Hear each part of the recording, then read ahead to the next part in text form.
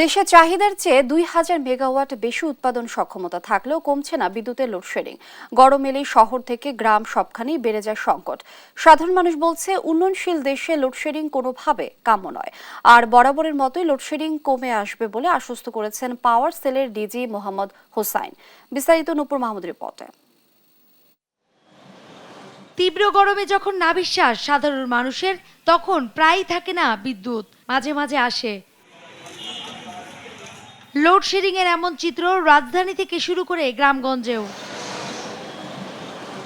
গরমে চাহিদা বাড়ে বিদ্যুতের। বছরে এপ্রিল থেকে জুন সর্বোচ্চ বিদ্যুৎ চাহিদা থাকে দেশে। তবে এবার গরমের শুরুতেই দেখা দিয়েছে তীব্র লোডশেডিং। শহরের চেয়ে গ্রামে এর মাত্রা বেশি। ঘন্টায় ঘন্টায় কারেন্ট যাচ্ছে, যার কারণে আর আবহাওয়া খুব প্রচন্ড গরম। আল্লাহ বাতাস পানি হারে আল্লাহ সুস্থ থাকি, আর না তো অসুস্থ কারণ যদি না থাকে। আধা ঘন্টা থাকে, তার 1 ঘন্টা থাকে না। এই গরমের মধ্যে তো মানুষজন চলাফেরা খুব কঠিন হয়ে গেছে।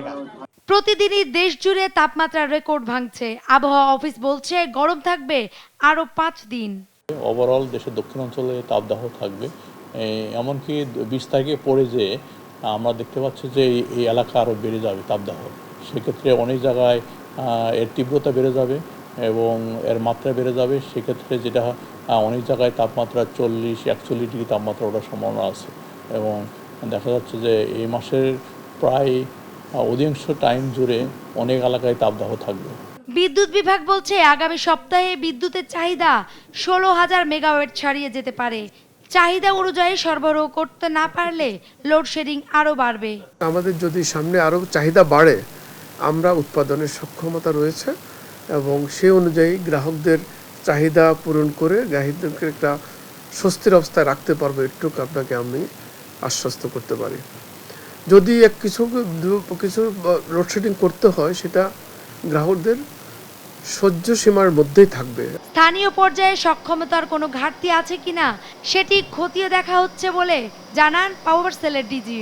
এখন স্থানীয় কোনো যদি যান্ত্রিক ত্রুটি, বৈদ্যুতিক ত্রুটির কারণে হয়, সেগুলো আমি দেখব বলছি আপনাকে। সুতরাং যেন শুধু এই সময়টায় নয়, আগামী দিনগুলো যেন গ্রাহকরা একটা স্বস্তির অবস্থায় থাকে, আমরা সর্বাত্মকভাবে সেই দিকে নজর দেব। গ্রাম আর শহরের সাধারণ মানুষ চান এই তীব্র গরমে একটু স্বস্তি আর নিরবিচ্ছিন্ন বিদ্যুৎ সরবরাহ। নূপুর মাহমুদ, দেশ টিভি, ঢাকা।